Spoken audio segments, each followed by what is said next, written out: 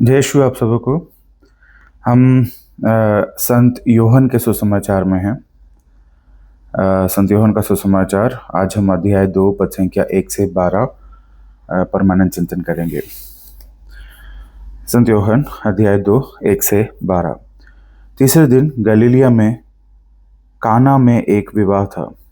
ईसा की माता वहीं थी। ईसा और उनके शिष्य भी विवाह में निमंत्रित थे। अंगूरी समाप्त हो जाने पर ईसा की माता ने उनसे कहा, उन लोगों के पास अंगूरी नहीं रह गई है। ईसा ने उत्तर दिया, भद्रे, इससे मुझको और आपको क्या? अभी तक मेरा समय नहीं आया है। उनकी माता ने सेवकों से कहा, वे तुम लोगों से जो कुछ कहे वही करना। वहाँ यहूदियों के शुद्धिकरण के लिए पत्थर के 6 मटके रखे थे। उनमें 2-2, 3-3 मन समाता था। ईसा ने सेवकों से कहा, मटकों में पानी भर दो। सेवकों ने उन्हें लबालब भर दिया। फिर ईसा ने उनसे कहा, अब निकालकर भोज के प्रबंधक के पास ले जाओ। उन्होंने ऐसा ही किया। प्रबंधक ने वह पानी चखा जो अंगूरी बन गया था। उसे मालूम नहीं था कि यह अंगूरी कहाँ से आई है। जिन सेवकों ने पानी निकाला था वे जानते थे। इसलिए प्रबंधक ने दूल्हे को बुलाकर कहा, सब कोई पहले बढ़िया अंगूरी परोसते हैं और लोगों के नशे में आ जाने पर घटिया। आपने बढ़िया अंगूरी अब तक रख छोड़ी है। ईसा ने अपना यह पहला चमत्कार गलीलिया के काना में दिखाया। उन्होंने अपनी महिमा प्रकट की और उनके शिष्यों ने उनमें विश्वास किया। इसके बाद ईसा अपनी माता, अपने भाइयों और अपने शिष्यों के साथ कफरनाहुम गए, परंतु वे वहां थोड़े ही दिन रहे। हम देखते हैं कि अध्याय 2 एक तीसरे दिन से चालू होता है। तीसरा दिन यूहन्ना का सुसमाचार अध्याय 1 पद संख्या 29, जहाँ पर यूहन्ना बपतिस्ता प्रभु यीशु मसीह के बारे में साक्ष्य देते हैं कि वही प्रभु यीशु मसीह हैं जो ईश्वर के मेमने हैं, अर्थात मसीह हैं। उससे तीसरा दिन, उस प्रकाशना के बाद का तीसरा दिन, प्रभु मसीह अपने शिष्यों के साथ और माता मरियम के साथ काना नगर में एक विवाह में भाग लेते हैं। काना एक छोटा सा ग्राम है, छोटा सा गांव है, नाजरेत से कुछ 4 कोस दूर, 4 मील दूर, तकरीबन 6 किलोमीटर दूर। नाजरेत वो जगह है जहाँ पर प्रभु यीशु मसीह ने अपना बचपन गुजारा। उससे तकरीबन 4 कोस दूर ये छोटा सा कस्बा, छोटा सा ग्राम। यहाँ पर हम देखते हैं कि एक विवाह का समारोह है। परमेश्वर विवाह को बहुत ही ऊपर स्थान देता है। विवाह का बाइबल में और परमेश्वर के राज्य में बहुत ऊंचा स्थान है, बहुत महत्व है। हम देखते हैं कि हमारी कलीसिया में विवाह को एक संस्कार के रूप में माना जाता है। संस्कार यानी सैक्रामेंट्स। ये सैक्रामेंट्स के अलावा एक कवनेंट भी है। कवनेंट को हिंदी में हम वाचा कह सकते हैं या विधान कह सकते हैं। वाचा एक किस्म का अनुबंध होता है। अनुबंध यानी कॉन्ट्रैक्ट। बट अनुबंध और वाचा में फर्क होता है। कॉन्ट्रैक्ट और कवनेंट में फर्क होता है। कॉन्ट्रैक्ट 2 इंसानों के बीच में बनाया जाता है, जबकि विधान, वाचा या कवनेंट ईश्वर मनुष्य के साथ बनाता है।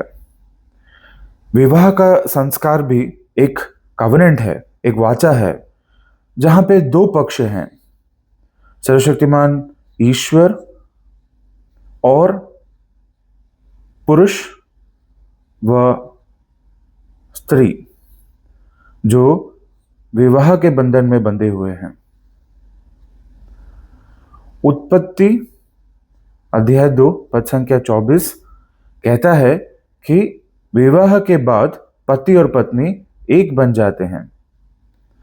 तो इस विधान में भी 2 भागीदार हैं, यह विधान ईश्वर विवाहित जोड़े के साथ बनाता है, या विवाहित जोड़े प्रभु मसीह के सामने, ईश्वर के सामने इस कवनेंट या वाचा, इस विधान के भागी बन जाते हैं। तो विवाह का बहुत महत्व है।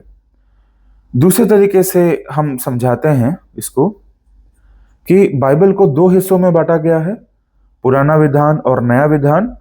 यह पुराना विधान वास्तव में विधान नहीं, विवाह है। पुराना विवाह और नया विवाह। पुराने व्यवस्थान में प्रभु इज़राइल के साथ विवाह के बंधन में है, और नए व्यवस्थान में, नए विवाह में मसीह कलीसिया के साथ विवाह में है। विवाह का मतलब, महत्व इससे भी हम समझते हैं कि बाइबल की शुरुआत, बाइबल का आरंभ में भी हम देखते हैं एक विवाह है, आदम और हेवा का विवाह, उत्पत्ति 2:24। और अंत में भी बाइबल का जो अंत होता है प्रकाशना ग्रंथ में, हम देखते हैं कि मेमने के विवाह भोज से, मेमना यानी प्रभु मसीह किन के साथ विवाह कर रहे हैं? कलीसिया के साथ। कलीसिया के साथ जो विवाह कर रहे हैं उससे संपन्न होता है। तो बाइबल में और परमेश्वर के राज्य में परमेश्वर विवाह को बहुत महत्व देते हैं। इसीलिए भी यह बहुत जरूरी है कि हम इसको अच्छी तरीके से समझें। इस विवाह में हम देखते हैं कि ईसा अपने माता और शिष्यों के साथ थे। यह एक यहूदी विवाह था। यहूदी विवाह काफी निजी होता है। यहाँ समाज के सभी लोगों को न्योता नहीं दिया जाता। जो परिवार के हैं, परिवार के लोगों को ही बुलाया जाता है। और हम देख सकते हैं कि यह प्रभु मसीह की ही जो खानदान है, जो घराना है, उसकी एक शादी है। और इस शादी में जहाँ पे प्रभु मसीह भी भाग ले रहे हैं, माता मरियम भी भाग ले रही हैं, हम देखते हैं कि अंगूरी समाप्त हो जाती है। आप लोगों के या हमारे जो आचरण होते हैं, हमारे जो तौर तरीके होते हैं, उन्हीं तौर तरीकों पर यहूदी जो समाज है वो भी टिका हुआ है। किसी भी शादी में किसी भी चीज का खत्म हो जाना बहुत बुरा माना जाता है। यहाँ पर शादी की सारी व्यवस्था, विवाह की सारी व्यवस्था, खान पीन का सारा जो दारोमदार है, जो जिम्मेदारी है, वो दूल्हे की होती है। और अगर शादी के बीच में, जो कि तकरीबन 1 सप्ताह चलता है, अगर कोई भी सामग्री अगर कम पड़ जाए तो यह दूल्हे के लिए बहुत शर्मिंदगी की बात है। इतनी शर्मिंदगी की बात है कि उसका विवाह भी इससे प्रभावित हो सकता है। तो ऐसी एक अनहोनी कैसे हो गई? इस चीज को जानने के लिए हमें योहन अध्याय 9 पद संख्या 3 में प्रभु का एक वचन पर मनन करना उचित है। प्रभु के शिष्य उनसे जानना चाहते हैं कि एक जन्म से अंधा व्यक्ति उन्हें रास्ते में मिलता है। योहन 9:1-3। रास्ते में ईसा ने एक मनुष्य को देखा जो जन्म से अंधा था। उनके शिष्यों ने उनसे पूछा, गुरुवर, किसने पाप किया था, इसने अथवा इसके माँ बाप ने, जो यह मनुष्य जन्म से अंधा है? ईसा ने उत्तर दिया, ना तो इस मनुष्य ने पाप किया, ना इसके माँ बाप ने। यह इसलिए जन्म से अंधा है कि इसे चंगा करने से ईश्वर का सामर्थ्य प्रकट हो जाए। हमारे जीवन में भी कई दफा हम देखते हैं कि कठिनाइयां आती हैं। इस प्रकार की चीजें हो जाती हैं जो होनी नहीं चाहिए। हमें इस विश्वास से आगे बढ़ना चाहिए कि कभी कभी जो अड़चनें हमारे सामने आती हैं वो इसलिए आती हैं कि उन अड़चनों के द्वारा ईश्वर का सामर्थ्य प्रकट हो पाए या ईश्वर की महिमा प्रकट हो पाए। तो इस बार भी इस काना के विवाह में अंगूरी समाप्त हो जाने के कारण ही यीशु मसीह प्रकट होती है। दूसरे चीज में हम आते हैं, जब माता मरियम कहती है प्रभु से कि प्रभु इन लोगों के पास अंगूरी नहीं रह गई है, और ईसा का यह उत्तर आता है, बदरे, इससे मुझको और आपको क्या, अभी तक मेरा समय नहीं आ गया है। तो प्रभु यहाँ पर क्या कहना चाह रहे हैं? प्रभु का समय से प्रभु क्या कहना चाह रहे हैं? मेरा समय नहीं आ गया है। प्रभु का समय महिमान्वित होने का समय नहीं आया है। कहने का मतलब है कि प्रभु का क्रूस मरण, उनका पुनरुत्थान और स्वर्गारोहण अभी तक नहीं हुआ है। ध्यान रहे, प्रभु के स्वर्गारोहण के बाद ही वो महिमान्वित हुए और उनके 10 दिनों के बाद ही हमें पवित्र आत्मा हमें मिला। प्रेरित चरित्र अध्याय 2 में हम देखते हैं कि पेंतेकोस्त के त्योहार के दिन हमें पवित्र आत्मा प्रदान हुआ। यह अध्याय और यह जो चमत्कार है, ये जो चिन्ह है, ये बहुत सारे संकेतों से भरा हुआ है। हम देखते हैं कहानी इस प्रकार से है कि अंगूरी शादी में, विवाह में अंगूरी खत्म हो गई थी। प्रभु मसीह जो वहां पे जो सेवक थे उनसे कहते हैं कि जो 6 पत्थर के मटके जो यहूदी लोग अपने शुद्धिकरण के लिए प्रयोग में लाते थे, उनको 6 मटकों को वो लबालब पानी से भरने कहते हैं। और पानी से भरने के बाद वो कहते हैं कि प्रबंधक के पास ले जाइए। प्रबंधक जब वो चखता है, यानी क्षण भर में चखने के बाद पता लगता है कि वो कहता है कि ये बढ़िया अंगूरी है, और इसे पहला चमत्कार घोषित किया गया है। योहन जो शिष्यों में एक थे जिन्होंने अपने आंखों से इस चमत्कार को देखा, वो कहते हैं कि ईसा ने अपना यह पहला चमत्कार गलीलिया के काना में दिखाया। उन्होंने अपनी महिमा प्रकट की और उनके शिष्यों ने उन पर विश्वास किया। कैसे प्रभु इस चमत्कार से महिमा प्रकट कर सकते हैं? ये चमत्कार कैसे है? पहली बात, पानी, जिसको साइंटिफिक तरीके से H2O कहा जाता है, पानी को अल्कोहल बनाने के लिए ग्रेप की जरूरत होती है, ग्रेप जूस की जरूरत होती है, अंगूर की जरूरत होती है। यहां पर प्रभु ने बिना अंगूर के पानी को अल्कोहल में बदल दिया, अंगूरी में बदल दिया, वाइन में बदल दिया। और कोई साधारण वह वाइन नहीं, बढ़िया अंगूरी। अंगूरी के बारे में एक बात आपको जाननी चाहिए कि अंगूरी जितनी पुरानी होती है, 10 साल, 20 साल, 30 साल, 50 साल, उससे बढ़िया अंगूरी कहा जाता है। तो क्षण भर में कितना क्षण लगा होगा सेवकों को पत्थर के पानी जो मटके हैं उन भरे हुए मटकों को जो प्रबंधक के पास ले जाने के लिए कुछ क्षण। इस कुछ क्षणों में परमेश्वर ने इस पानी को, साधारण से पानी को, बढ़िया अंगूरी बना दी। यह चमत्कार ही है, यह ईश्वर ही कर सकता है। यह नियम के विरुद्ध है, यह साइंस के, विज्ञान के विरुद्ध है, साइंस के सारे नियमों के विरुद्ध है। तो जब ये चमत्कार इनके शिष्यों ने देखा, जिन्होंने भी देखा, वो समझ गए कि यह ईश्वर ही कर सकता है। इस तरीके से यह पहला चमत्कार हुआ और इस चमत्कार द्वारा प्रभु ने अपनी महिमा प्रकट की। इसका आध्यात्मिक मतलब भी है। अंगूरी, नए विधान में अंगूरी का मतलब होता है पवित्र आत्मा द्वारा प्रदत्त नया जीवन। पवित्र आत्मा, पवित्र आत्मा, रोमी अध्याय 8। जो नया जीवन एक नए विश्वासी को पवित्र आत्मा द्वारा मिलता है, जब वो नई सृष्टि बन जाता है, उसे अंगूरी कहा जाता है। पत्थर के 6 मटकों में भी बहुत सांकेतिक बातें छुपी हुई हैं। 6वें दिन,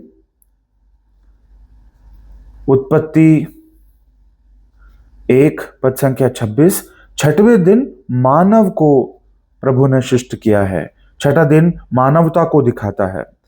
पत्थर के मटके, पत्थर के मटके, पत्थर के मटके 2 कुरिन्थियों अध्याय 4, 2 कुरिन्थियों के नाम संत पौलुस का दूसरा पत्र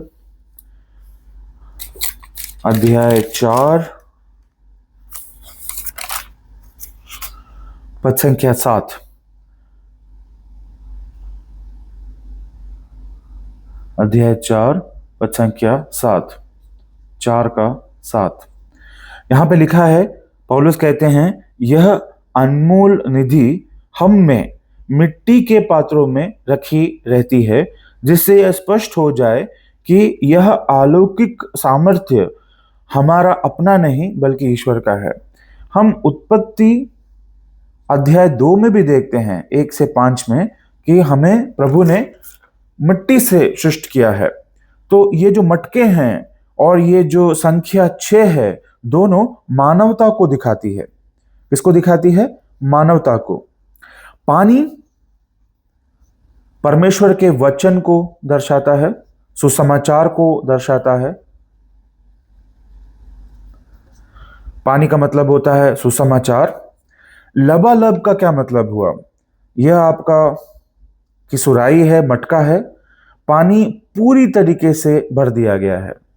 कहने का मतलब है अब पानी भरने की उसमें जगह नहीं है, पूर्णतः इसे पानी से भर दिया गया है। यह बपतिस्मा का प्रेरक है। बपतिस्मा, बढ़िया अंगूरी, मैंने जिस प्रकार से कहा, पवित्र आत्मा का साहचर्य।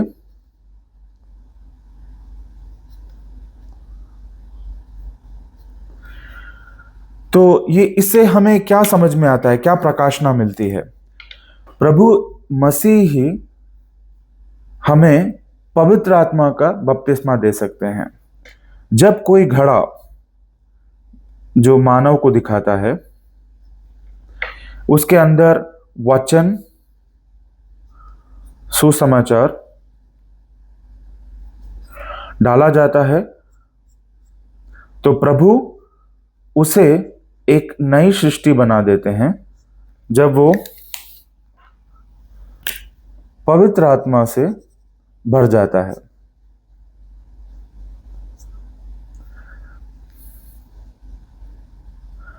तो प्रभु कौन है? प्रभु वो हैं जो पवित्र आत्मा से बपतिस्मा देते हैं। तो आज का प्रकाशना क्या है? प्रभु मसीह जो पवित्र आत्मा से हमें बपतिस्मा देते हैं। आज के लिए इतना ही। आगे अगले हफ्ते में हम यूहन्ना अध्याय 2 के बचे हुए पद संख्याओं पर मनन चिंतन करेंगे। जय